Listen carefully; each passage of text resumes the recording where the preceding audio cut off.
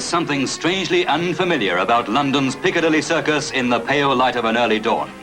But not to Muhammad Ali, formerly Cassius Clay, the second youngest man ever to become heavyweight champion of the world. While the metropolis sleeps, he's whisked away from his hotel, up the Mall and past Buckingham Palace. He goes over roads as deserted as they must have been when the last heavyweight champion to defend his title in Britain, Tommy Burns, saw them 58 years before. 24-year-old Ali and his sparring partner Jimmy Ellis, who defeated him as an amateur in their hometown of Louisville, Kentucky, pound their Hyde Park beat. Angelo Dundee from Miami Beach, Florida, manager and trainer of a succession of world title holders, directs operations as Ali goes into reverse, part of his preparation for fleet-footed boxing on the retreat.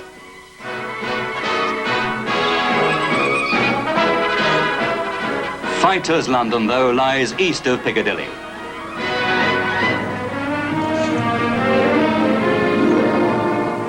In the more homely surroundings of the old Kent Road, Ali's challenger, British and Empire champion Henry Cooper, goes with his manager Jim Wicks and his trainer Danny Holland to his cramped first-floor gymnasium at the Thomas à Becket. It's 12 years since Cooper and his twin brother George first set foot in it as hopeful young pugilists. The ex-plasterer no longer sharpens his left hook on a member of the family.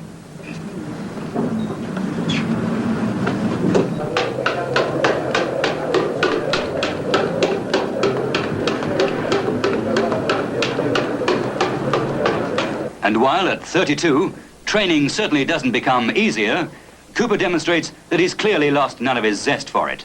To prompt a smile of satisfaction from his manager is certainly no mean performance. Just sharpen up and... Boxing at world-class level is a whole-time occupation. So Cooper's Italian-born wife, Albina, is charged with the responsibility of running the family greengrocery store in Wembley. Her only contact with her fighting husband during the training period is by telephone. He makes his headquarters at Welling in Kent, where there is little fuss over the arrival and departure of even a world title challenger.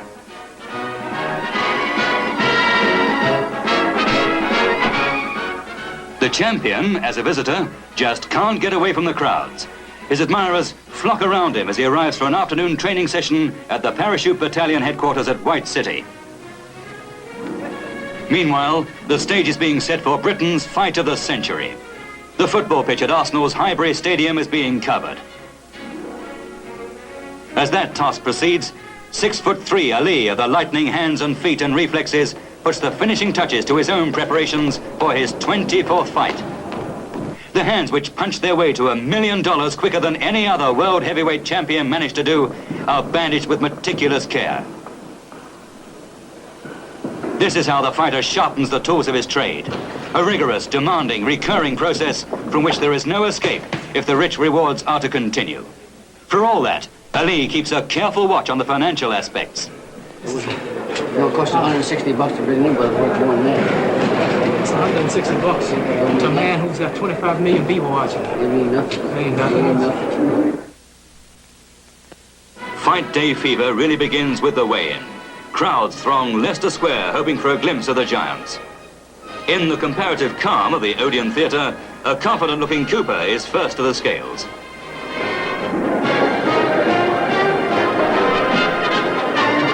The champion follows, waves regally to the audience, and then displays his satisfaction at the lightest weight of his championship career, 14 stone, 5.5 pounds.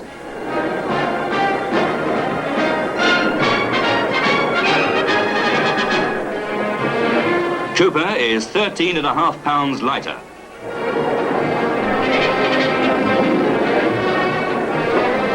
Comes the time for the moment of truth.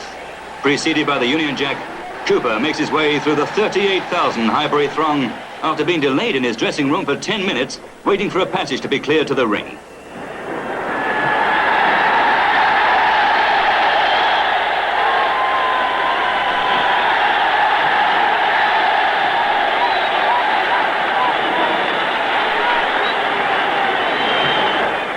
What can his thoughts be at this moment?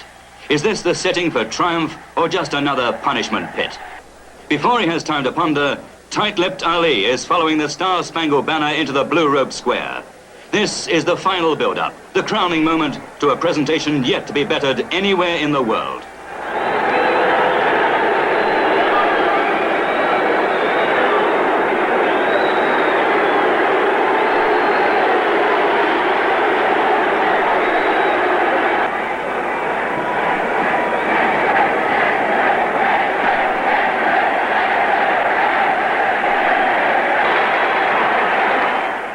The night is dark, the air is chill.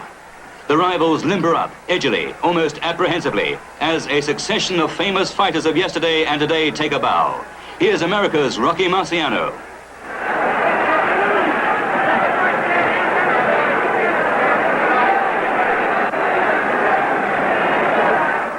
And here's Billy Walker.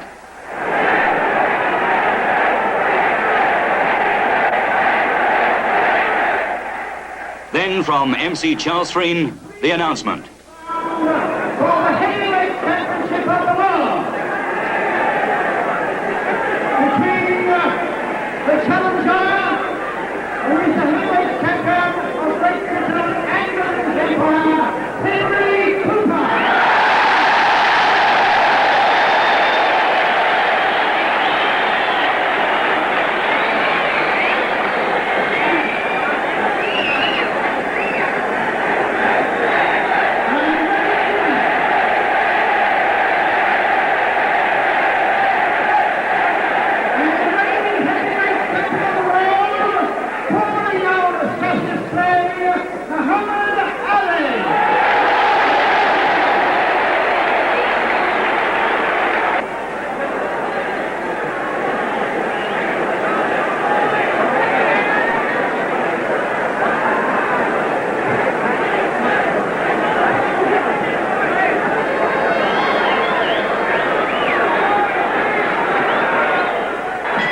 Ali goes straight into his twinkle-toe routine, boxing on the retreat, watching Cooper's every move.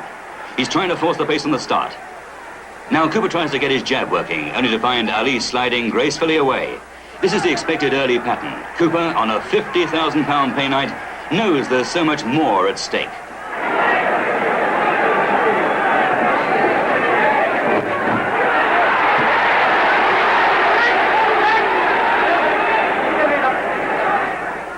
When they met 3 years ago, disaster came Cooper's way in the 5th round. Badly cut eyes cost him dearly after he'd left hooked Ali to the canvas. And surely he must be thinking, the longer the fight goes, the greater the risk of it happening again.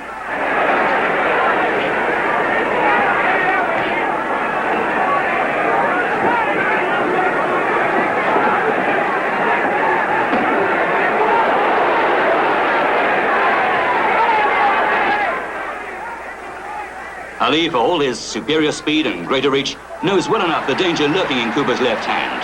So he clinches the moment he thinks it's coming.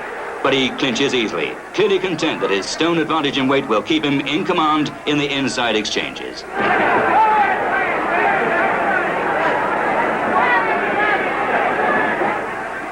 Cooper, trying to overcome the problem of a shorter reach, lunges with his left hand to the body in an effort to get to his man.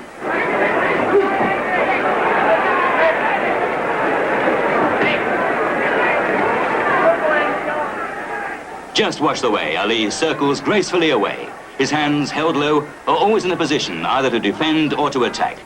This, of course, means that his opponent has to attempt to make the fight. Cooper has to try to be the aggressor all the time.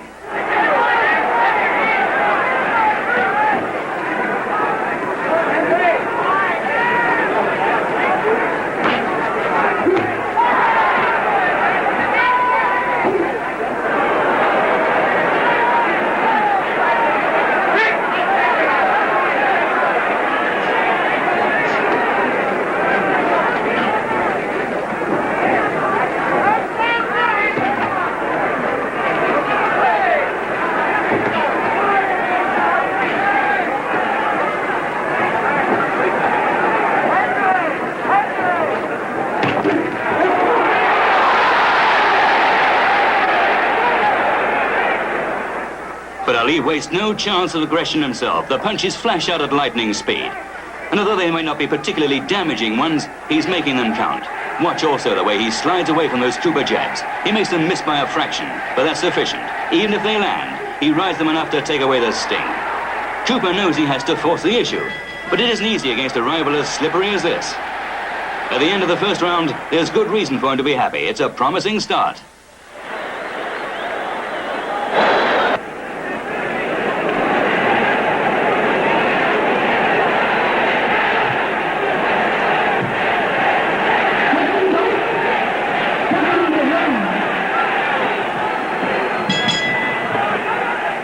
Round 2, and Ali goes into the same routine. Again, Cooper has to try to be the aggressor.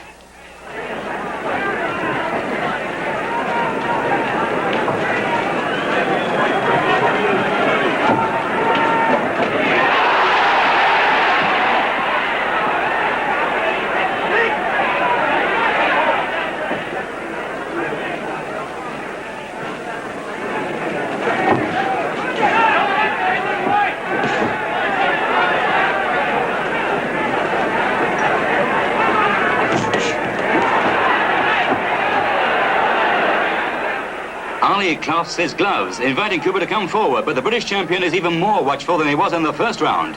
Ali rides one jab and parries another. Then he gets home with the right hand. Ththese punches don't look particularly heavy because of the speed with which he throws them, but with more than 14 stone behind them, there's no doubt anybody would know when they arrive.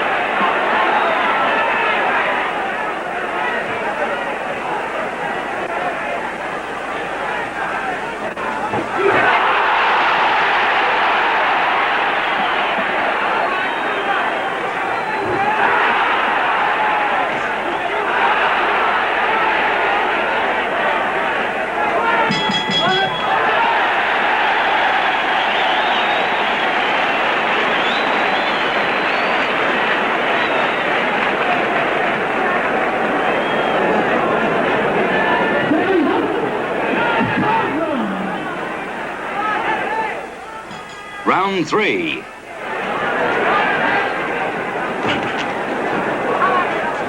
Almost at once they dive into a clinch, and the referee warns them to break at his command.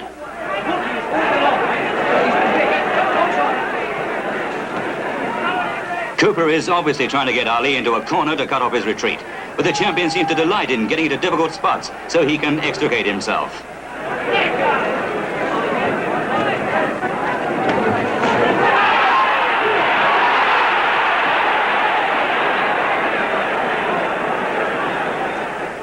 There's another of those fast right hands from Ali. They go in like lightning. But Cooper rallies smartly, connecting at once with a solid left jab and a right hand to the head. He's throwing those right hands more often than usual. Perhaps this is because he thinks Ali believes he's just a left-hand fighter.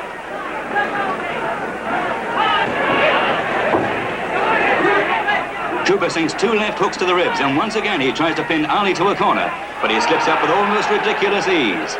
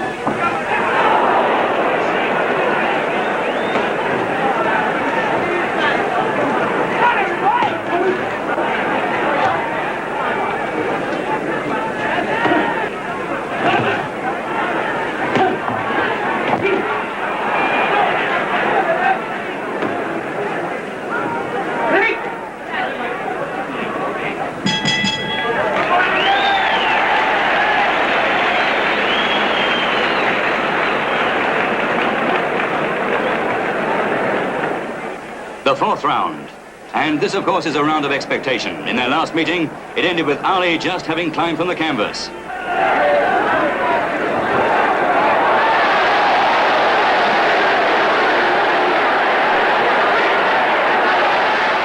Now he complains to the referee that Cooper's hit him low. But he's quickly back to the old routine.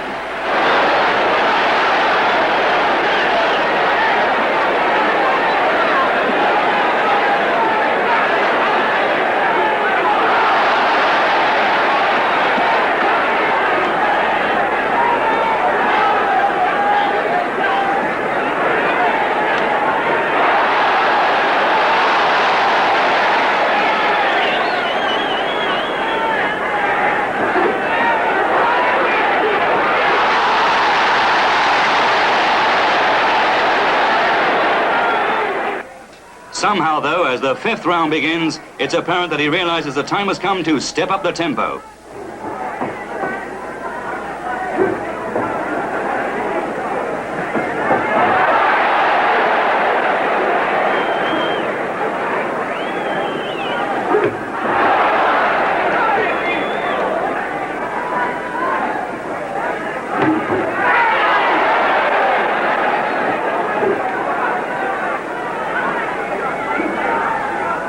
But Cooper responds with a succession of solid left-hand punches. And while Ali shrugs them off, there's not much doubt that some of them hurt.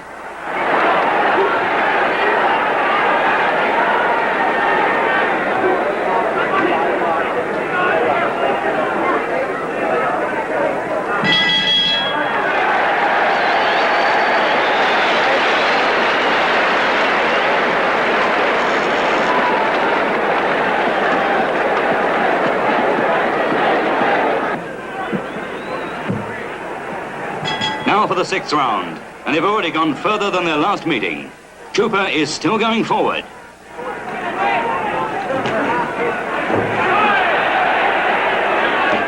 But suddenly Cooper finds himself in trouble. See that sharp right hand from Ali, then another left hook, followed by a right in rapid succession. Heralds what must be the beginning of the inevitable end.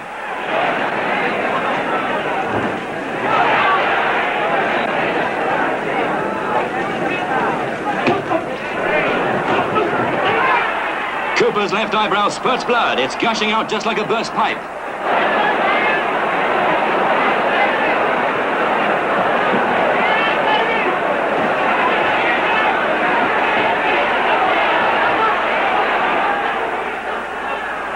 The referee takes a look at the damage and allows the fight to go on. Ali piles on the pressure, raining punches in all directions, and still the blood spurts everywhere.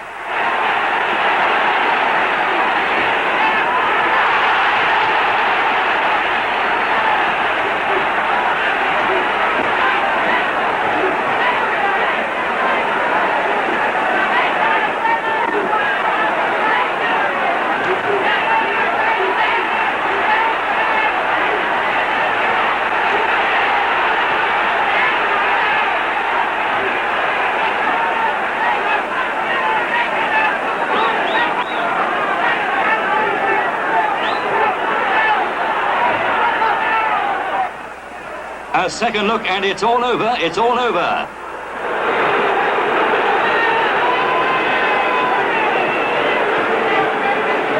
Muhammad Ali is the winner after 1 minute 38 seconds of the 6th round and is still heavyweight champion of the world.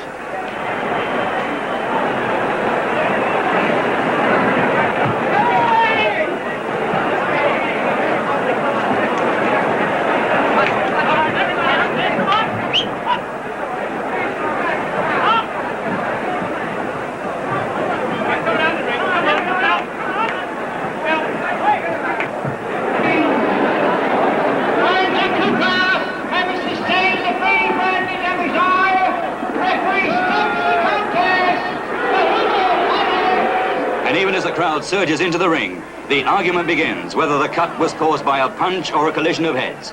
But there was no doubt about it. The first right hand on the suspect area started the damage. Cooper shook his head. In went Ali with a left hook and another right to worsen the injury. So another gallant British attempt to win the World Championship ended in disappointment. Well, it may not have been the greatest title fight, but nobody will forget the courage of Cooper and the speed and class of Muhammad Ali.